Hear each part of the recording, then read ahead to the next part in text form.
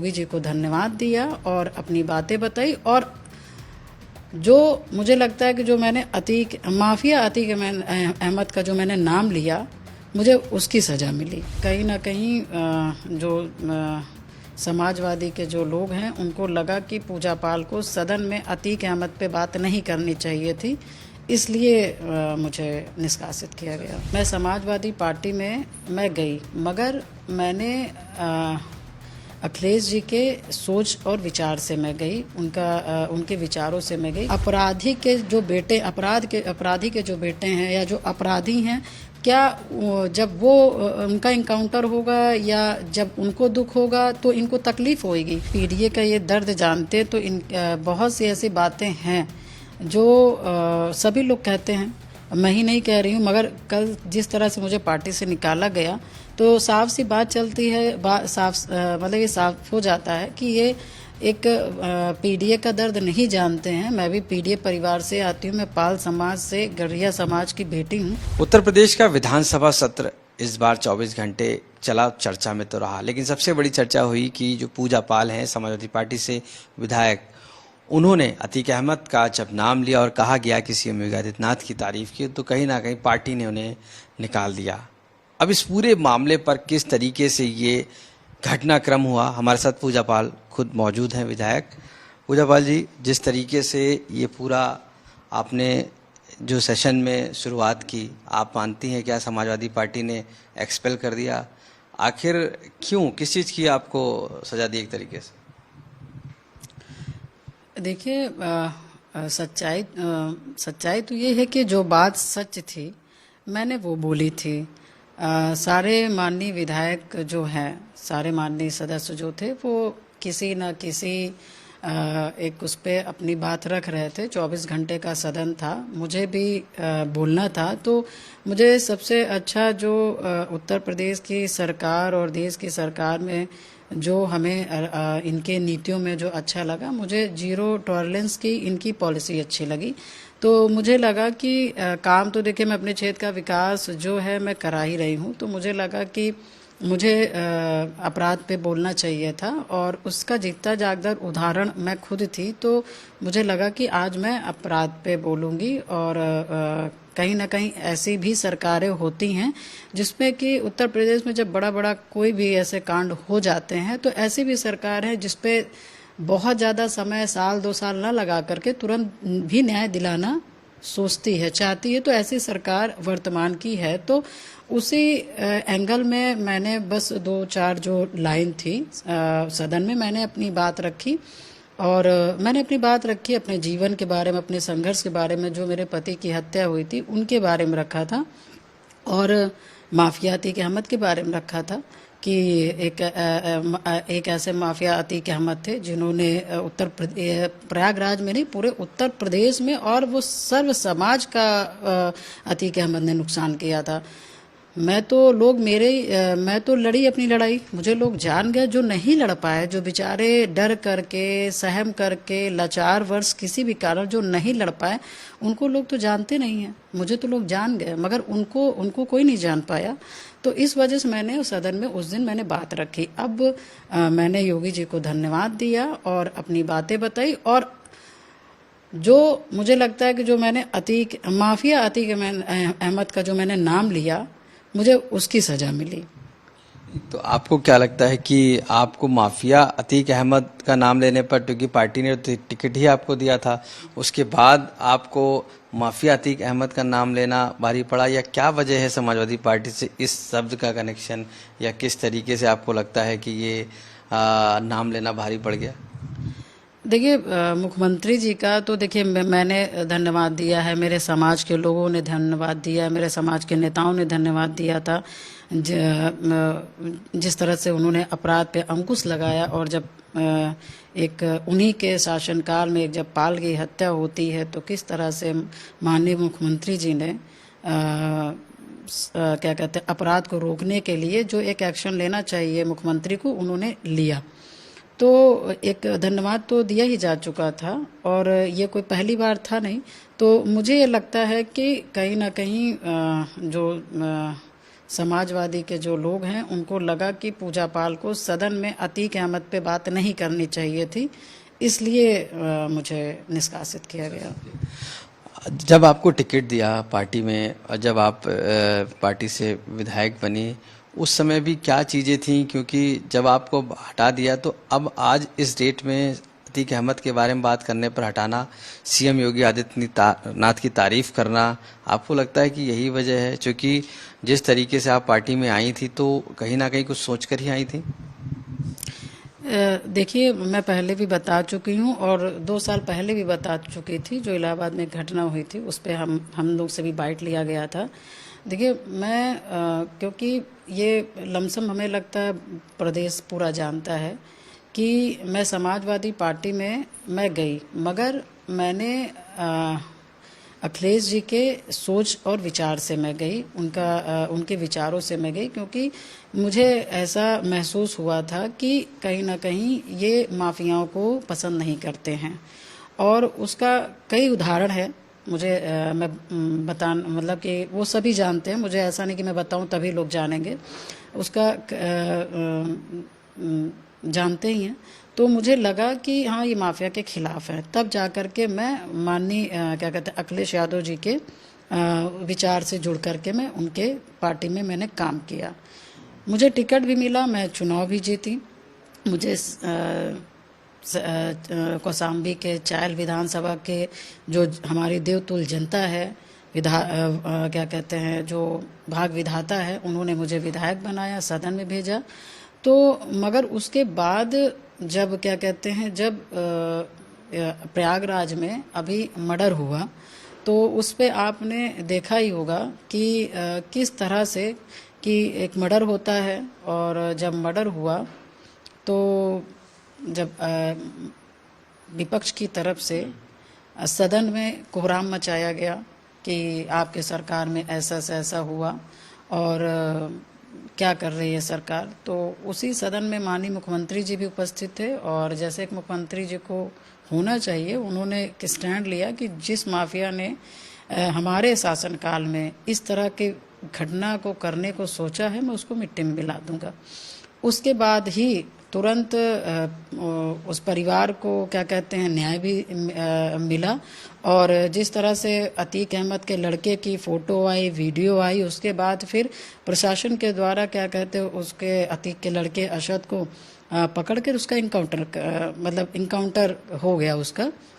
तो जब इनकाउंटर हो गया तो उसके बाद सदन में फिर विपक्ष वालों का चिल्लाना कि ये इनकाउंटर फेक है, या जो भी विपक्ष के लोग थे उन्होंने कहा फेक इनकाउंटर है। तो मेरा बस एक चीज़ कहना था कि जिस आस्था जिस विश्वास से हम जुड़े हुए थे, और हम तो गरीबों की आवाज़ हैं, हम उन दबे कुचले मजबूरों की आवाज़ हैं जो कोई बोल नहीं पाया, और सब लोगों ने ताकत दिया पूजा पाल को, तो मैं तो बोल पाई। मगर मैं बस ये कहना चाहती हूँ कि क्या सिर्फ अपराधी के जो बेटे हैं या जो अपराधी हैं, क्या जब वो उनका इनकाउंटर होगा या जब उनको दुख होगा तो इनको तकलीफ होगी? ये जो पीड़ित परिवार हैं, जो हजारों परिवार की माताएं की गोदी खाली हो गई, बहनों की मांग सोनी हो गई, और क्या कहते हैं भाइयों का जीवन खत्म हो गया, गरीबों की जमीनें हड़प ले गई, जो हजारों दुखिया हैं, ये उनका दुख नहीं दिखता है? ये सिर्फ क्या जो अपराधी परिवार के लोग हैं ये उन्हीं का दुख को देखेंगे? तो ये मुझे नहीं समझ आया। यानी कहीं ना कहीं आपको लगता था कि जो लोग हैं अभी भी अतीक अहमद के साथ खड़े हैं कहीं ना कहीं तरीके से, और ये बात आपको ठीक नहीं लग रही थी लगातार? जी, और यही वजह रही कि आप उस चीज़ को। सबसे बड़ी बात है कि आप बीजेपी के चाहे वो प्रचार इससे पहले बात हो, कुंभ में भी आप देखी गई, तो क्या पहले से कुछ नज़दीकियाँ थी इस तरीके की बीजेपी से या नीतियों से, और वो कहीं ना कहीं आपको लगता है कि इस बार भी जब ये सेशन चला, जब 24 घंटे का और जब मौका मिला तो आपने बात कही? देखिए बस यही कह सकती हूँ कि देखिए माननीय प्रधानमंत्री जी के नेतृत्व में बनी सरकार निश्चित ही दलितों, पिछड़ों और अति पिछड़ों गरीबों के हक की लड़ाई लड़ने वाली सरकार है। और मैं भी पिछड़ी जाति से आती हूँ, पाल समाज से आती हूँ, और जो मेरे ऊपर अन्याय हुआ था और मेरे समाज के ऊपर अन्याय हुआ था, तो कहीं ना कहीं इसी सरकार में हमें और हमारे समाज को, हम लोग को इंसाफ मिला। तो जब हम लोग को इंसाफ मिला तभी से हम लोग जुड़े, क्योंकि अपराध पे जो अंकुश लगा सके, जो हमारे भाई, जो हमारे पिता, जो हमारी माताओं बहनों को सुरक्षित रख पाए, हमें ऐसे ही मुख्यमंत्री और ऐसे ही प्रधानमंत्री चाहिए। तो हमें इनका विज़न अच्छा लगा कि हमारे देश और प्रदेश में हमारे युवा सुरक्षित रहें, बहन बेटी सुरक्षित रहें, और फिर शिक्षा दीक्षा विकास तो हमारा परिवार, हमारे समाज के नेता और सब करते हैं और करेंगे। आप पिछड़े और दलित की बात कर रहे हैं, तो क्या आपको लगता है जो समाजवादी पार्टी का जो पीडीए है, जिसके वो दावा कर रहे हैं, क्या वो न्याय नहीं कर पा रहा है जिस तरीके से? देखिए, पीडीए पे ये कुछ इनका क्या ही है, मैं क्या ही बोलूं, मगर मुझे लगता है कि पीडीए का ये दर्द जानते तो बहुत सी ऐसी बातें हैं जो सभी लोग कहते हैं, मैं ही नहीं कह रही हूँ, मगर कल जिस तरह से मुझे पार्टी से निकाला गया तो साफ सी बात चलती है, मतलब ये साफ हो जाता है कि ये एक पीडीए का दर्द नहीं जानते हैं। मैं भी पीडीए परिवार से आती हूँ, मैं पाल समाज से, गढ़िया समाज की बेटी हूँ। मेरा दर्द समझ लेते या जानते तो शायद मुझे गलत न ठहराते, और मैंने वोट किया था, वोट देना अपना अधिकार है, और वो भी समझ रहे होंगे कि मैंने वोट क्यों किया, क्योंकि इतने सालों में मैं, ये तीसरी बार मैं विधायक हूँ, 5 बार मैं चुनाव लड़ चुकी, और मैं 2 बार विधायक रही, मैंने कभी ऐसा नहीं किया, कभी भी नहीं, कोई बता नहीं सकता है। क्या अब आगे का आपका मूव क्या होगा? क्या आप जाएंगी पार्टी में या दल में, किसी में आपने सोचा है, या भाजपा? देखिए, मैं क्या करूँगी ये तो समय बताएगा, अभी मैं क्या ही बताऊँ, मगर बस ये है कि देखिए, मैं पिछड़े समाज की बेटी हूँ, मैं अति पिछड़े लोगों का दर्द जानती हूँ, और मैं पाल समाज की बेटी हूँ, बहू हूँ, और मेरे संघर्ष में हमेशा पाल समाज हमेशा खड़ा रहा है, मुझे कभी पाल समाज ने अकेले नहीं छोड़ा, और पाल समाज जिस तरह से मेरे संघर्षों पे, मेरे दुख में, मेरे तकलीफ में मुझे हमेशा सहारा बन करके हमेशा मेरे साथ खड़े रहे हैं, तो आगे मेरा, पहले भी और आज भी और आगे भी, मैं भी अपने पाल समाज के लोगों के साथ उनके जो दुख है, उनके जो तकलीफ है, जो उनके संघर्ष हैं, उनके साथ खड़े होकर के अपने समाज का, अपने लोगों का साथ दूंगी और उन पे ही काम करूंगी। आपके सामने बहुत सारे दल हैं, बीजेपी है, बसपा है, कांग्रेस है, समाजवादी पार्टी जो एक्सपेल हैं। आपके से और भी कोई दल संपर्क में है इस समय जो बात करता हो? आपकी मुलाकात हुई है उसके बाद? नहीं, ऐसा नहीं है, नहीं। सबसे बड़ी बात है कि कहा जा रहा है कि पूजा पाल को एक मौका दिया समाजवादी पार्टी ने, और वहां पर जब ये चुनाव लड़ी और उसके बाद देखा गया कि लगातार प्रचार प्रसार में बीजेपी के साथ खड़ी थी, लगातार कुंभ में बीजेपी के साथ खड़ी थी, कई बार इग्नोर किया गया। तो क्या माना जाए कि आप पहले से कुछ इंटेंशन ऐसा था, या ये जो सेशन में हुआ इसको आप अचानक मानती हैं? नहीं, देखिए, ये अचानक था, इसका ये कोई प्लान नहीं था। प्लान का मेरे लाइफ में तो प्लान का कभी कुछ हिस्सा रहा ही नहीं है। जो चीज़ रहा है मेरा एक बारगी रहा है, बस 24 घंटे का सदन चल रहा था, तो सारे माननीय विधायकों को बोलना था, मुझे भी बस बोलना था, तो ये नीतियों पे बोलना था। तो मुझे सबसे अच्छी नीति ये लगी, क्योंकि बताया ना कि मुझे न्याय मिला था, तो मुझे अच्छा लगा था। तो और देखिए, किसी की बुराई आप तब करिए जब आपके साथ इंसाफ ना हुआ हो। मैंने विकास पे तो नहीं चर्चा किया, मैंने सिर्फ और सिर्फ अपराध और अपराध पे अंकुश लगाने में जो सक्षम सरकार रही है, मैंने उसकी तारीफ की थी। जो आपने ट्वीट बहुत सारे किए हमने देखा है, उसमें अपनी बात लिखी है कि आप शादी के कुछ दिन हुए और उसके बाद इस तरीके से घटनाक्रम हुआ, और आप जिस स्टेज पर आई, जहां पर आप पहुंचे, उसके बाद टिकट मिला और फिर यहाँ तक आई हैं। तो क्या आखिर इस चीज़ों को इग्नोर कर दिया गया आपकी, जो आपका बलिदान था? आपको लगता है कि इतने समय से और एक पल में ही सारी चीज़ें आपको ये दिखाया गया या बताया गया कि नहीं? देखिए, मेरे जीवन का जो भी संघर्ष रहा है, जो चीज़ें हैं, वो लमसम अखबार के माध्यम से, टीवी चैनल के माध्यम से समय समय पर लोगों ने सब कुछ देखा है, और मेरे ऊपर कितना अत्याचार हुआ है और किस तरह से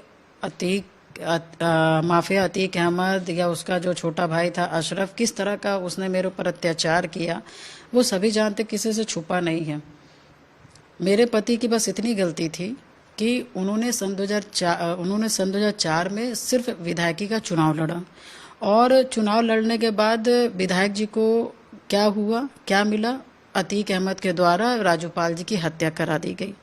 और आप ये सोचिए कि हत्या तब कराई गई जब राजूपाल जी की 9 दिन पहले शादी हुई मेरे से।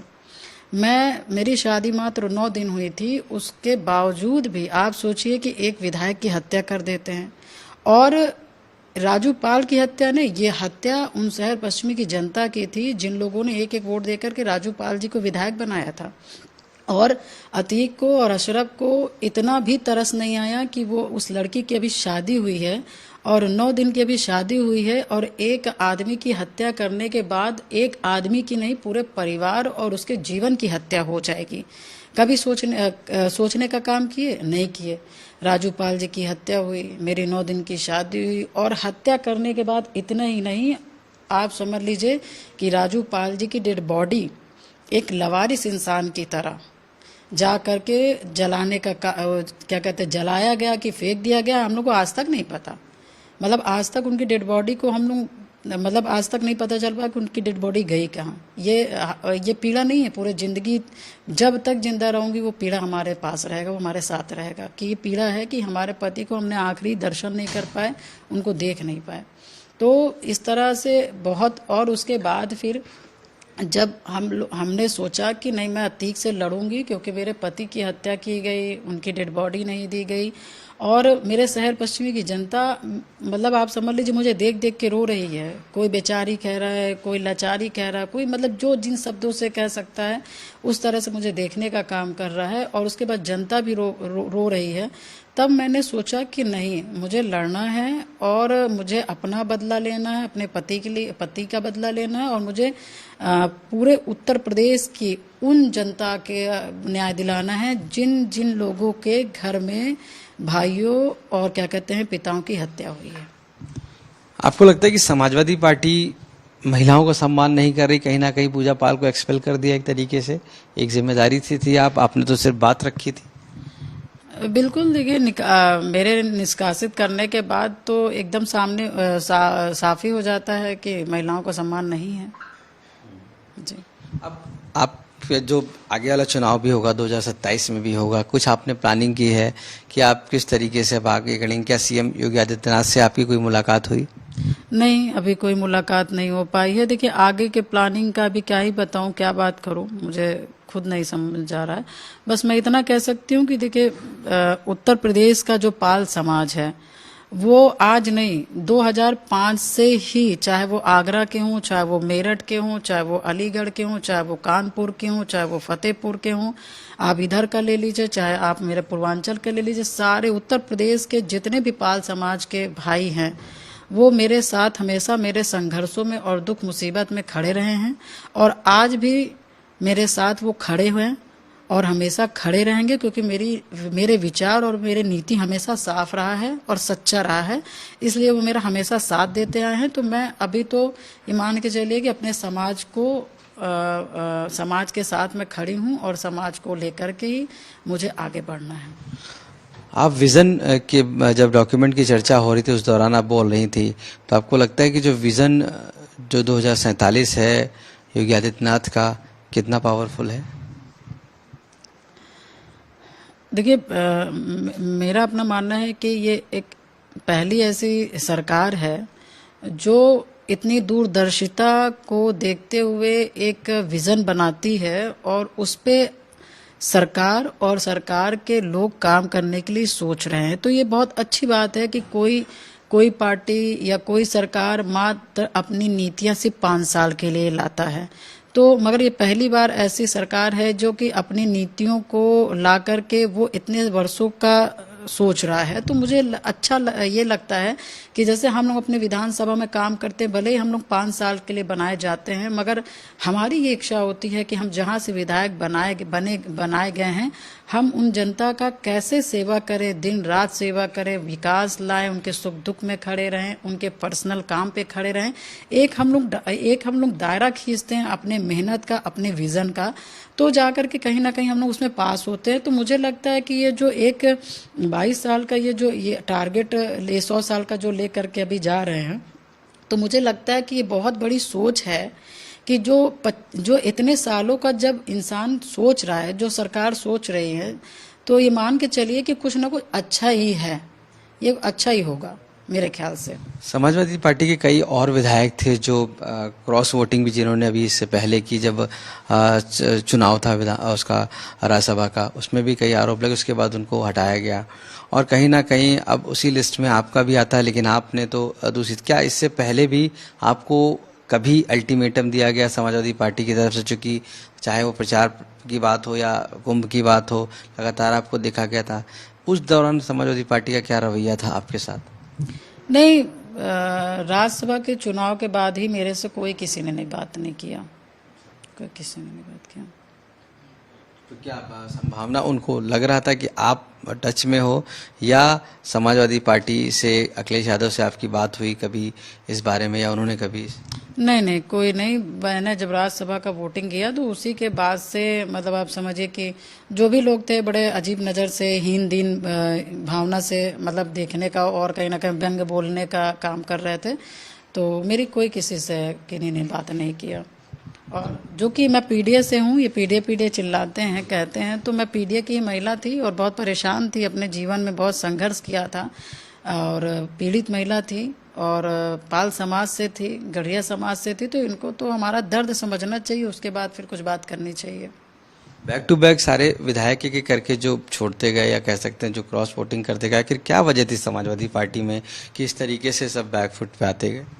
देखिए, मैं और लोगों का तो नहीं बता सकती, मगर मेरा साफ था, मेरा और उनका अपना सोच विचार रहा होगा उनका, मैं उनके बारे में तो नहीं बता सकती, मगर हाँ, वो पीड़ित थे, वो परेशान थे। मगर मेरा वजह बस एक था, मेरा वजह था कि मुझे और मेरे पाल समाज की, मेरे उत्तर प्रदेश के उन पीड़ित परिवारों को न्याय, प्रधानमंत्री जी के नेतृत्व में बनी सरकार ने, योगी जी ने और मोदी जी ने हम लोगों को इंसाफ दिलाया था, इसलिए मेरा एक वोट राज्यसभा में मैंने दिया था। आखिरी सवाल आपसे करूंगा कि क्या सीएम योगी आदित्यनाथ से आप मिलेंगी, जाके बात करेंगी? देखिए, वैसे तो मैं अपने क्षेत्र के विकास के लिए और अपने जो भी मेरा काम रहता है उसके लिए मैं माननीय मुख्यमंत्री जी से मिलती रहती हूँ, अपने क्षेत्र की परेशानियों को मैं बताती रहती हूँ और अभी समय मिलेगा तो ज़रूर अपने, क्योंकि कुछ चीज़ें हैं उन क्षेत्र की चीज़ें हैं, मैं ज़रूर स्पष्ट मिल करके स्पष्ट करना चाहूँगी और अपने क्षेत्र में कुछ काम है उसको कराना चाहूँगी। समाजवादी पार्टी से आप जुड़ी रही थी, समाजवादी पार्टी कहती है 2027 में बीजेपी नहीं आ रही है, समाजवादी पार्टी आएगी, इस तरीके के दावे कर रही है। आपको लगता है कितने दावे मजबूत?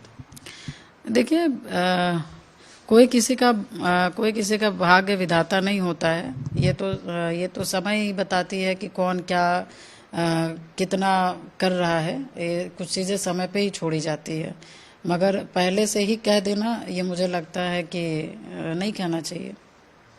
एक सवाल चूंकि चलते चलते मैं इसलिए भी पूछ रहा हूँ आपसे कि अखिलेश यादव के समय पे आपने पार्टी ज्वाइन की, जब वो अध्यक्ष एक तरीके से बने और जब पार्टी के नेतृत्व उन्होंने संभाला, और उसी समय आपको आज एक्सपेल किया गया, तो बीच में जो गैप हुआ वो किस चीज़ का कम्युनिकेशन गैप हुआ, या आपको लगता है कि आपकी नीतियों के हिसाब से वो सही नहीं हो पाया, जो आप चाहती थी वो नहीं हो पाया? देखिए, जब मैं ज्वाइन की तो अतीक अहमद उस पार्टी में नहीं थे, ना अशरफ था, ना शाइस्ता परवीन थी, तो कहीं ना कहीं मैं पार्टी में आई, समय बीतता गया, टिकट मिला, विधायक बनी, उसके बाद आप कैसे जानेंगे कि आपके विचार और अगले का विचार मिल रहा है? जब कोई घटना होगा और उस घटना में आप एक्शन कैसे ले रहे हैं तभी तो पता चलेगा ना। आपने एक्शन लिया, मगर एक्शन जब एक्शन लिया और उसके बाद जब अपराध करने वाले के ऊपर एक्शन होने लगा तो आप फिर उस पर रिएक्शन दिखाने लगे। तब आपकी कहीं ना कहीं नीतियां पता चल रही है ना कि आप पीड़ित परिवार के साथ हैं कि आप अपराध के पीड़ित परिवार के साथ हैं। तो फैक्ट हो जाता है। ये कोई देखिए आप बताएंगे या कोई बताएगा तो ये तो नहीं है ना, ये तो सामने प्रत्यक्ष समझ आ रहा है कि आप क्या कर रहे हैं। धन्यवाद बात करने के लिए। तो पूजा पाल जी हमारे साथ मौजूद थी, साफ तौर से कहा कि पार्टी तो उन्हें जरूर ज्वाइन की थी समाजवादी पार्टी, लेकिन धीरे धीरे जब उन्होंने उस अपराधी के बारे में बात करना शुरू किया तो कहीं ना कहीं इस बात का भी आभास होने लगा कि जो लोग हैं, जो पार्टी के लोग हैं, वो अपराधी के साथ खड़े नजर आ रहे हैं, अपराध होने वाले के नहीं। और यही वजह थी कि आज जब वो असेंबली में सेशन में बोल रही थी, उन्होंने जब अतीक अहमद के बारे में कहा तो आज पार्टी से जरूर निकाला गया और अब उनकी राहें कुछ और हैं। वो सोच रही हैं साफ तौर से कि वो अपने क्षेत्र के विकास के लिए, अपनी जनता के लिए आगे बढ़ेंगी और उनको इस बात का कोई दुख नहीं है। लखनऊ से कैमरा पर्सन गौरव गुप्ता के साथ आशीष श्रीवास्तव, यूपी तक।